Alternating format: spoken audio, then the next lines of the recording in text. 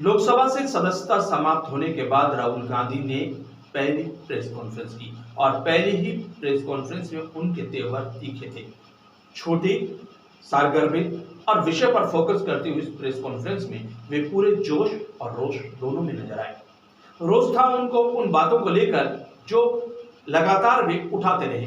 उन्होंने कहा कि अडानी और प्रधानमंत्री नरेंद्र मोदी के बीच क्या रिश्ता है, मैं ये सवाल पूछता रहूंगा। उन्होंने कहा कि आखिरकार ये बड़ी रकम 20,000 करोड़ की किसने दी अडानी की शेल कंपनियों के लिए, ये सवाल मैं पूछता रहूंगा। उन्होंने वे ही सारे सवाल कमोबेश दोहराए जो वे संसद में उठाते रहे और राहुल गांधी ने कहा कि वे ना डरते हैं और ना ही वे इन मुद्दों पर पीछे हटेंगे। इतना ही नहीं, आज उनके जोश और रोष का आलम यह था कि उन्होंने मीडिया तक को लपेट लिया और आखिरकार ये सब स्वाभाविक था, क्योंकि पिछले लंबे समय से जब से ये मुद्दा चल रहा है तब से जिस ढंग से संसद के गतिरोध के बाद मीडिया का एक वर्ग उन सारी बातों को उसी अंदाज में उठा रहा है जिस अंदाज में बीजेपी उन सवालों के जवाब उठा रही है या उन सवालों को उठा रही है। इसी तरह का एक वाकया हुआ जब एक पत्रकार ने उनसे पूछा कि क्या उन्होंने जो बात और जो टिप्पणी की उससे ओबीसी वर्ग का अपमान नहीं हुआ, तो वे बेभर पड़े और उन्होंने कहा कि आप अपने सीने पर बीजेपी का बिल्ला क्यों नहीं लगा लेते। दोस्तों, ये बात सही भी है, क्योंकि जिस तरह से मीडिया का एक वर्ग काम करता है और विपक्ष को जिस तरह निशाने पर रखता है और जिस तरह के सवाल सत्ता पक्ष करता है, वही सारी बातें और वही सारा एजेंडा दोहराता है, तो किसी भी नेता का बिफर जाना स्वाभाविक है।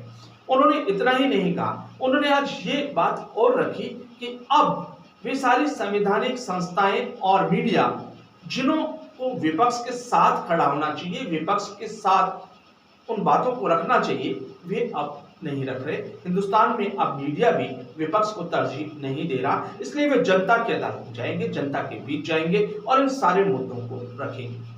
उन्होंने तफसील से यह भी बताने की कोशिश की कि लोकसभा में उन्होंने अपनी बात रखने के लिए लोकसभा अध्यक्ष तक को अप्रोच किया, उनके पास गए, लेकिन उन्हें कोई राहत नहीं मिली। उन्होंने कहा कि मुझ पर कोई फर्क नहीं पड़ता कि मेरी सदस्यता रहे या जाए, लेकिन मैं इन मुद्दों को उठाता रहूंगा, क्योंकि ये सच है और सच को उठाने से मैं पीछे नहीं रहूंगा।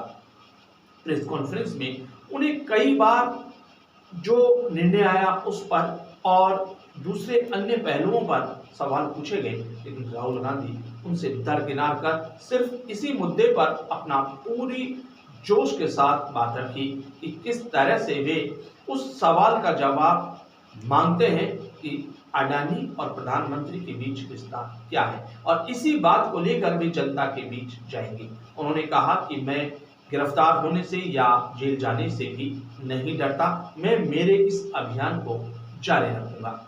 उनके साथ राजस्थान के मुख्यमंत्री अशोक गहलोत और छत्तीसगढ़ के मुख्यमंत्री भूपेश बघेल भी मौजूद थे।